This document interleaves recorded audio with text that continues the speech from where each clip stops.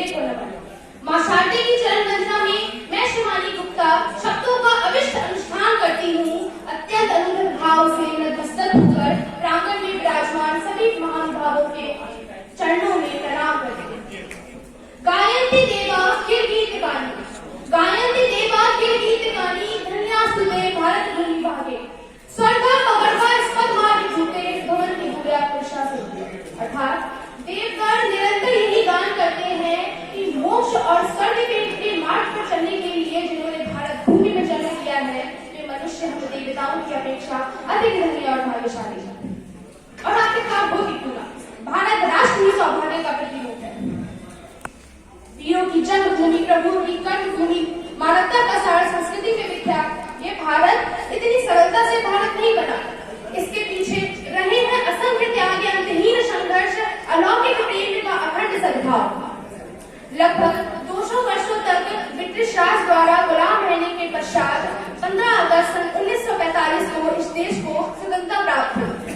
सोने की चिड़िया कही जाने वाले इस देश ने अनेकों उतार चढ़ाव जिए, परंतु अटलता नहीं त्यागी। ये अटल रही निरंतर गतिमान होने के पथ पर, अपनी मिट्टी से जुड़ी रहकर की बुलंदियों को छूने के पथ पर। इस वर्ष हम सभी आजादी का अमृत महोत्सव मना रहे हैं। हम सभी जानते हैं कि स्वतंत्रता प्राप्ति के 75 वर्ष संपन्न हुए और इसी वर्ष हमारे माननीय प्रधानमंत्री श्री नरेंद्र मोदी जी ने सन 2047 के प्रति एक संबोधन दिया और ये कहा कि वे गांधी जी की स्वप्न पूर्ति के लिए स्वयं को समर्पित करते हैं। वे एक ऐसी परियोजना पर कार्य करने के लिए तत्पर हैं जो अवश्य ही स्वतंत्रता के स्वर्णिम काल पर भारत को पुनः सोने की चिड़िया बना दे। इसी क्रम में मैं अपने स्वतंत्रता के स्वर्णिम काल के विषय में अपने विचार प्रस्तुत करती हूँ। चाहे जो भी धर्म हो तुम्हारा, चाहे जो भी जाति हो, चाहे जो हो धर्म तुम्हारा, चाहे जो भी जाति हो, नहीं जी रहे निदेश हित में तो निश्चित अपराधी हो, तो निश्चित अपराधी हो। हम सभी को अपने अंदर एक ऐसे जोश को लाना होगा जो भारत को फिर से सोने की चिड़िया बना दे। अगर हम बात महोदय, मैं दूरगामी तो नहीं परंतु एक ऐसे नव भारत का स्वप्न अवश्य ही देखती हूँ जो भारत को फिर से सोने की चिड़िया बनाएगा। सन 2047 में हमारा भारत देश कई देशों को पीछे छोड़ते हुए विकसित देशों की श्रेणी में सम्मिलित होगा। एक ऐसा सुरक्षित परिवेश चारों ओर होगा जहाँ महिलाओं को कोई भय नहीं होगा, जहाँ Beti Bachao Beti Padhao, child line, women helpline जैसे विषयों पर जागरूकता की आवश्यकता नहीं होगी।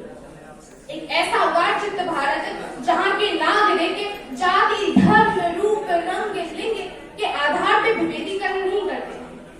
आत्मनिर्भर, आंतरिक व बाह्य रूप से संपन्न भारत।